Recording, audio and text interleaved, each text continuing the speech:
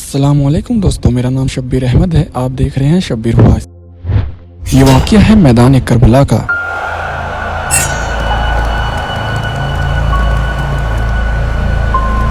ये वाक़या है इमाम हुसैन का।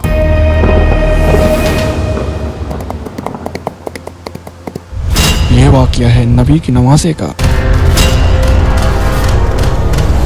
करबला का अहम वाक़या जानिए इस मुख्तसर से वीडियो में।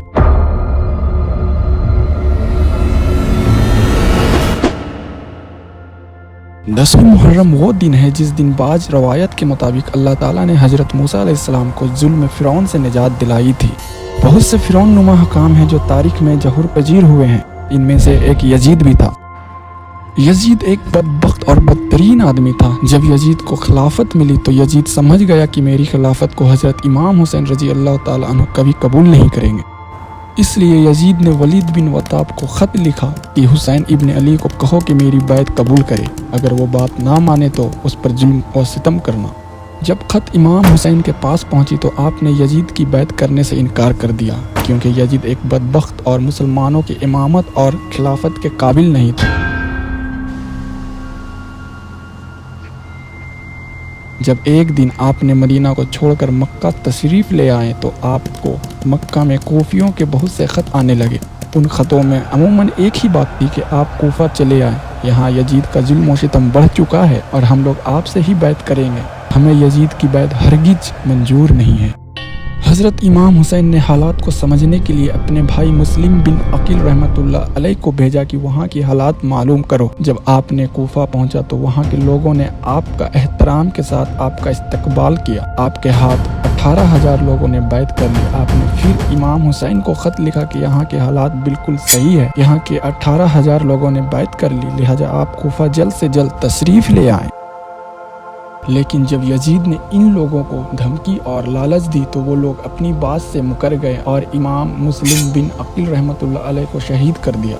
वहीं दूसरी तरफ मक्का में आपका भेजा हुआ ख़त हज़रत इमाम हुसैन तक पहुंच चुका था कि कोफा की हालात अच्छे हैं, आप जल्द से जल्द वापस चले आए। लिहाजा हज़रत इमाम हुसैन ने अपने तमाम अहले खाना के साथ कोफा के लिए रवाना हो गए।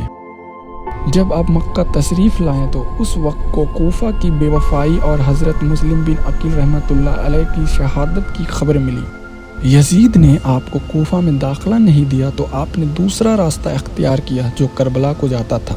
आपने करबला के मैदान में अपना खेमा लगाया, लेकिन जब यजीद को इस बात का इल्म हुआ तो उन्होंने यजीद के फ़ौज करबला के मैदान में आना शुरू कर दिया। हज़रत इमाम हुसैन ने हज़रत अब्बास रहमतुल्लाह अलैह से कहा, अब्बास जाओ यजीद फ़ौज के पास, उससे कहो हम एक रात अल्लाह की इबादत करने दे। आपने जब यजीदी फ़ौज से एक रात की मोहलत मांगी तो उन लोगों ने आपकी बात मान ली। आखिर 10 मुहर्रम का दिन आया और हज़रत इमाम हुसैन और यजीदी फ़ौज के बीच जंग शुरू हो गई। एक तरफ यजीद की एक बड़ी फ़ौज, वहीं दूसरी तरफ इमाम हुसैन के साथ सिर्फ 72 लोग थे। इतने में यजीदी हमला शुरू हो जाता है और हर तरफ शहीद शहादत का जाम पाता गया। कभी हूर शहीद होते हैं तो कभी काशिम शहीद होते हैं। 3 दिन के प्यास से इमाम हुसैन के घर वाले और तमाम लोग यजीद से जंग करते रहे और एक एक करके शहीद होते गए। हज़रत इमाम हुसैन ने तन्हा होने के बावजूद भी आपके मुकाबले में कोई यजीदी फ़ौज आना नहीं चाहता था, क्योंकि आप हज़रत अली रहमतुल्लाह अलैह के बेटे थे। जब हुसैनियत और यजीदियत के बीच जंग चल रही थी कि इसी बीच नमाज अशर का वक्त हो जाता है। आपने ऐसी मुश्किल हालात में भी नमाज पढ़ने का इरादा किया। आपने जैसे ही नमाज पढ़ना शुरू किया, यजीदी फ़ौज को एक मौका मिल गया। जैसे ही हज़रत इमाम हुसैन सजदे में गए, सिमरजल ने आपकी गर्दन पर तलवार चलाकर आपको शहीद कर दिया।